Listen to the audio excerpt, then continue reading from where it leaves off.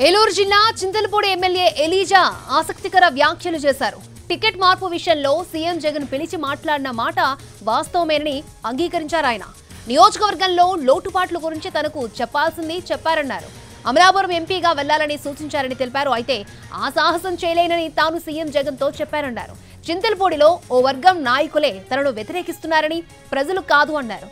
ఇప్పటికీ చింతలపూడి టికెట్ అవకాశం తనకే ఉంటుందని నమ్ముతున్నాను అంటున్న ఎమ్మెల్యే ఎలీజాతో మా ప్రతినిధి మల్లికార్జున్ ఫేస్ టు ఫేస్.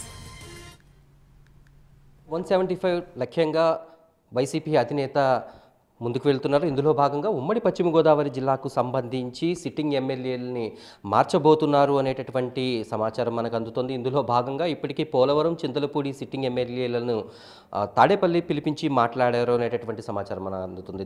దీనికి సంబంధించి Chintalapudi sitting MLA Unnamatla ELISA మనతో ఉన్నారు. సార్, మీకు అధిష్టానం నుంచి పిలుపు అందిందా? పార్టీ పెద్దలు ఏమని చెప్పారు? అంటే మీరు అమలాపురం నుంచి పోటీ చేయమంటున్నారు అనేటటువంటి సమాచారం వచ్చింది. అందులో వాస్తవం ఎంతో, మీతో ఏం మాట్లాడారు? నన్ను పిలవటం మాత్రం నిజమే. అది నేను గౌరవ ముఖ్యమంత్రి గారిని కలవటం జరిగింది. ముఖ్యమంత్రి గారు నాకు చెప్పాల్సింది చెప్పారు.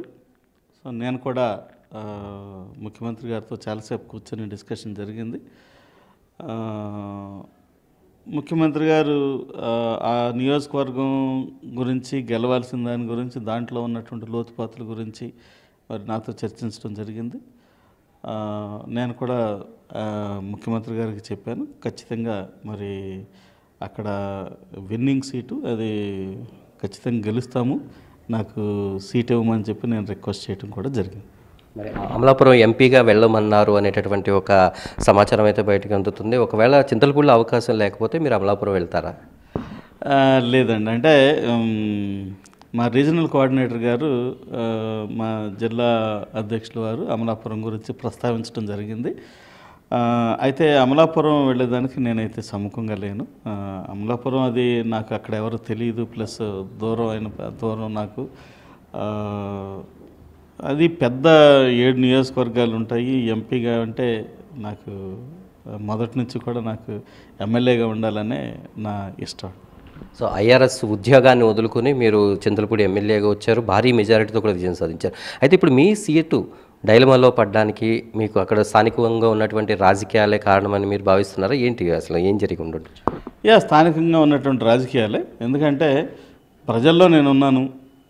ఖచ్చితంగా 2019లో గెలుపు చేజిక్కించుకున్న తర్వాత సంవత్సరానికి 350 రోజులు నేను ఖచ్చితంగా నియోజకవర్గంలో ఉన్నాను. మినిమం 350 రోజులు ఉన్నాను. 2 చోట్ల ఆఫీసులు పెట్టాను. నిరంతరం ప్రజల్లోనే ఉన్నాను.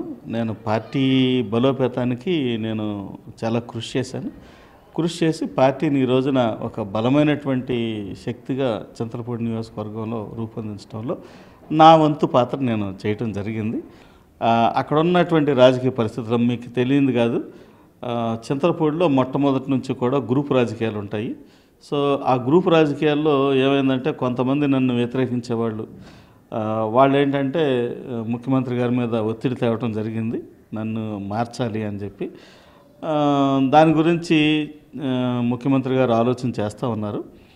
నన్ను మార్చాలని అడుగుతున్న వాళ్ళు కూడా వాళ్ళు అంత పెద్దగా ఏమీ అంటే ప్రజల్లో ఉన్నటువంటి వ్యక్తులు కాదు. కేవలం పెత్తందారీతనం, ఖచ్చితంగా అక్కడ పెత్తనం చెలాయించాలని, అక్కడ వాళ్ళ యొక్క హవాని నడిపించాలని మొదటి నుంచి అనుకుంటూ ఉంటారు. సో వాళ్ళని నేను మొదటి నుంచి కూడా నిలువరిస్తూనే ఉన్నాను. ఖచ్చితంగా ప్రజలకి డైరెక్ట్గా అందుబాటులో ఉండటం వల్ల వాళ్ళకి ఇబ్బంది కలిగింది. వాళ్ళు నన్ను ఈ రోజున మార్చాలని చెప్పేసి ముఖ్యమంత్రి గారి మీద ఒత్తిడి తీసుకొస్తా ఉన్నారు. ఏంటి మీకు చింతలపూడి సీటు రాకుండా ఉండి భవిష్యత్ కార్యాచరణ ఏంటి? అమలాపురం ఎంపీగా వెళ్తారా, లేకపోతే ఐఆర్ఎస్ ఉద్యోగాన్ని వదులుకొని వచ్చారా? ఏంటి భవిష్యత్ కార్యాచరణ ఏం చేయబోతున్నారు? అది ఇంకా ఏం అవ్వలేదు కదా, చూద్దాం. అంటే ముఖ్యమంత్రి గారికి నేను వివరించడం జరిగింది.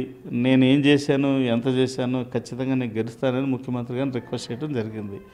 చూద్దాం ఏ నిర్ణయం వస్తుందో చూద్దాం. ఆ తర్వాత ఒకసారి అధికారికంగా నిర్ణయం వచ్చిన తర్వాత అప్పుడు నేను నా కార్యాచరణ నేను తెలియజేస్తాను.